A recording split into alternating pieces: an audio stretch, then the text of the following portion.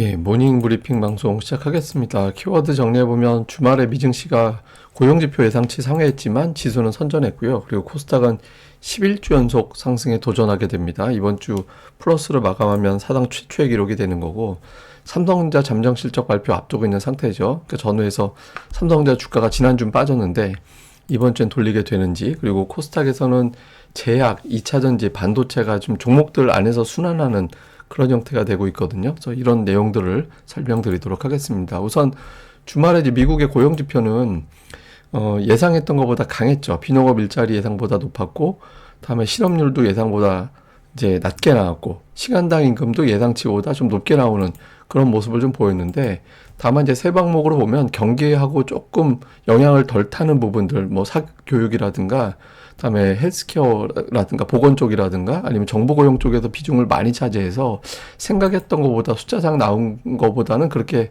고용이 센 것 같진 않다, 이런 해석이 있었고, 또 특히 이제 ISM 서비스업 지수에서 거기에서 또 차지하는 고용 관련된 데이터가 전달에 50.7이었는데 43으로 뚝 떨어졌잖아요. 그래서 이게 미국의 어떤 고용 시장이 좀 아직은 울퉁불퉁한 것 같다, 완전히 좋다라고만 하기는 좀 애매하다, 이렇게 또 위안거리가 찾아져서 고용이 세게 나왔음에도 불구하고 그렇게 되면 뭐 금리 인하 안 하게 되네, 증시 빠지네, 이런 분위기를 만들어내지 않았고 그대로 좀 선전을 하는 그런 모습이 나왔습니다.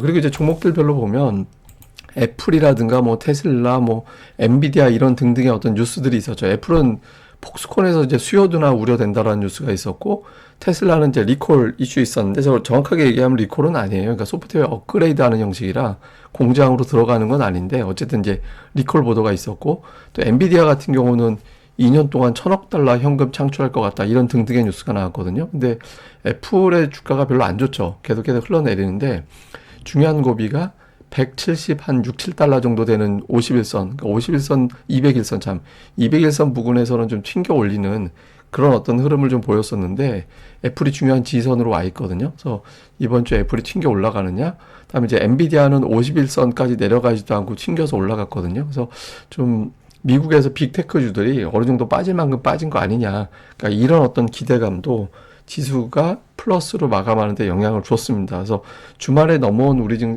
해외 증시 자체는 우리 증시에 그렇게 심각한 영향을 줄 것 같지는 않다. 그리고 이제 미국의 주식형 펀드 자금도 유입되고 있거든요. 그래서 유입이 되고 있는 상태라서 일단 투자자들은 이제 재료에 대해서 민감하게 반응하지는 않았던 것 같습니다. 그래서 해외에서 넘어온 재료는 그냥 중립, 이 정도로 보시면 될 것 같고, 우리 증시는 좀 따로 움직이죠. 뭐 코스피도 다른 나라 증시 비슷하게 움직이고 있는데 코스닥이 유난하게 올라가고 있잖아요. 코스닥이 1.4% 정도 올라가고 있는데, 수급에서 보면 개인 투자자들이 이제 좀 매수하는 그런 움직임이 연초에 좀 있었고, 개인들이 매수를 잠깐 쉬는데 외국인 기관이 또 세게 매수를 붙여가지고 또 끌어올리고, 그러니까 뭐 개인들이 개인들이 지금 돈이 좀 있잖아요.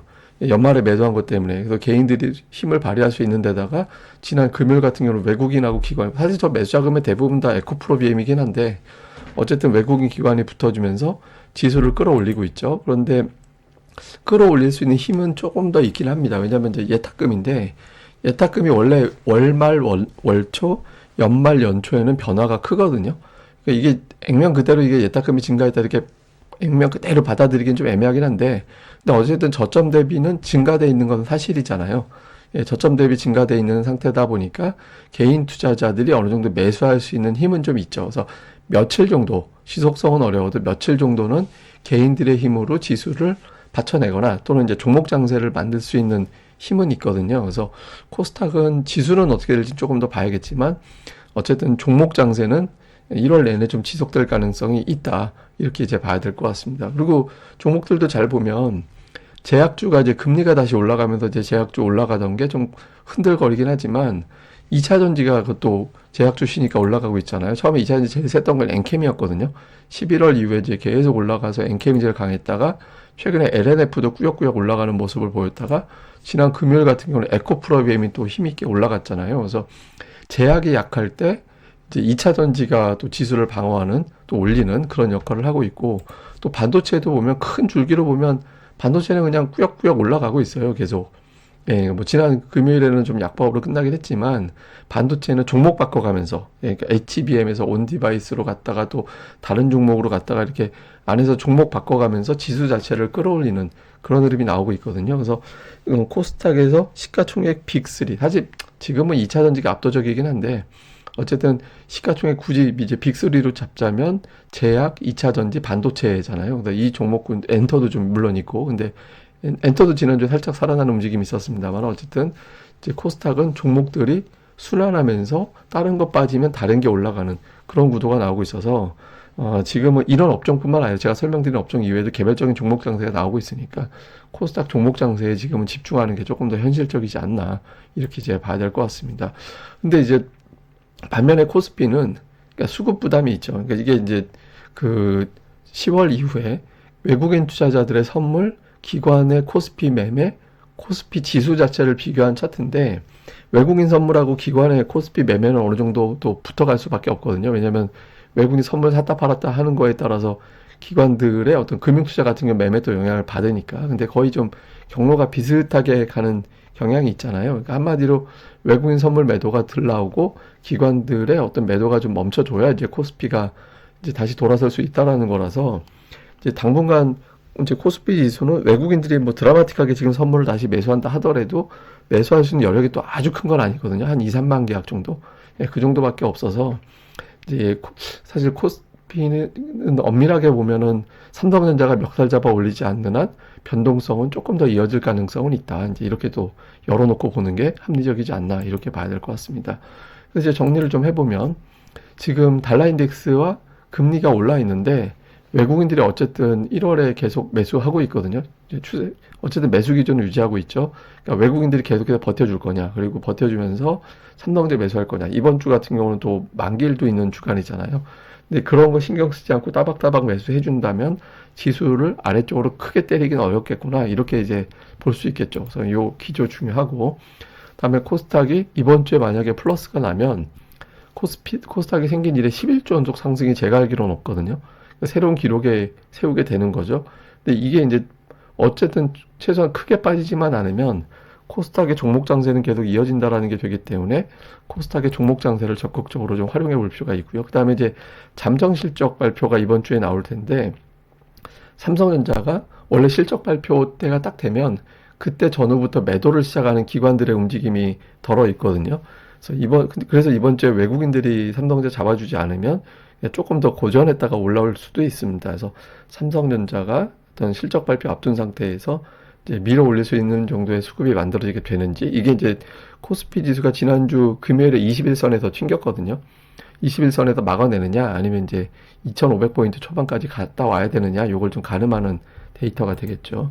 그 다음에 이제 코스닥은 3대 업종, 앞서 말씀드린 대로 제약, 2차전지, 반도체. 근데 그 안에서 종목들이 따로 돌아요.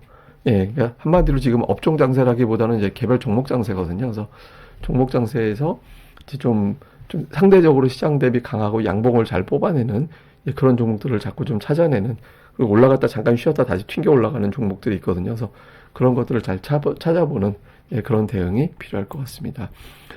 어쨌든 지금 코스피가 출발이 별로 안 좋잖아요. 그러니까 보면 1월 첫째 주 그 하락폭으로 보면은 4위거든요. 올해 들어서. 그러면 1월에는 전체적으로 고전하는 경우가 많았어요. 그러니까 1월 첫째 주에 하락하면 한 번 빼놓고는 1월에 전부 다 하락했거든요. 그럼 되게 무서운데 사실 또 겁먹을 것도 없는 게, 잘 보시면 예를 들어 2000년을 보시면 1월에 첫 주에 7.7% 빠졌는데 1월 전체 낙폭이 8.19였거든요. 말 바꾸면 저거 무슨 얘기냐면 첫 주 이후에 남은 기간 동안에 0.5%밖에 안 빠진 거예요. 예, 뭐 비슷하죠. 2014년도 보면 2.8% 빠졌는데 1월 전체로 3.5% 정도 빠졌으니까 첫 주 이후에 나머지 기간 동안에 역시 저것도 한 0.7% 정도? 예, 그 정도밖에 안 빠진 거죠. 그러니까 뭐 나머지 기간 동안 뭐 엄청나게 빠진다 하더라도 다시 어느 정도는 만회를 한다든가 이런 흐름이 나왔다는 얘기거든요. 근데 어쨌든 좀 재미는 없다는 얘기죠. 예, 지수 자체는 좀 재미없을 가능성이 있으니까 지수보다는 지금은 이제 코스닥의 어떤 종목 장세, 코스닥도 뭐 지수는 어떻게 될지 알 수는 없는데 연초에 항상 종목 장세가 이어지고 그의 어떤 대장주가 좀 티를 내게 됩니다. 그래서 이런 어떤 기업들을 좀 잘 찾아보는 그런 전략이 필요할 것 같습니다. 그리고 제가 또 열심히 자료들 올려드리고 있고, 또 업종들 종목들이 뭐가 있는지 모르실까 봐 또 여기 밸류체인이라고 해갖고 또 올려드리고, 여러 가지 데이터들 많이 올려드리니까 증시 분석 데이터 게시판 고릴라 리서치 네이버에서 검색하시면 오실 수 있으니까 많이 봐주시고요. 그리고 이번 달 가입 이벤트는 이번 주까지만 진행이 됩니다. 할인되고 1기 가입 시, 예, 저 1기 가입하실 때 이제 바로 나중에 다시 가입해도 1기 비용 그대로 혜택 적용해 드리는 이벤트, 뭐 자세한 거 공지 보시면 되니까 또 많이 활용하시면 좋을 것 같습니다.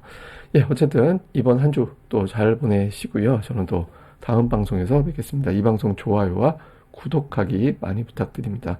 감사합니다.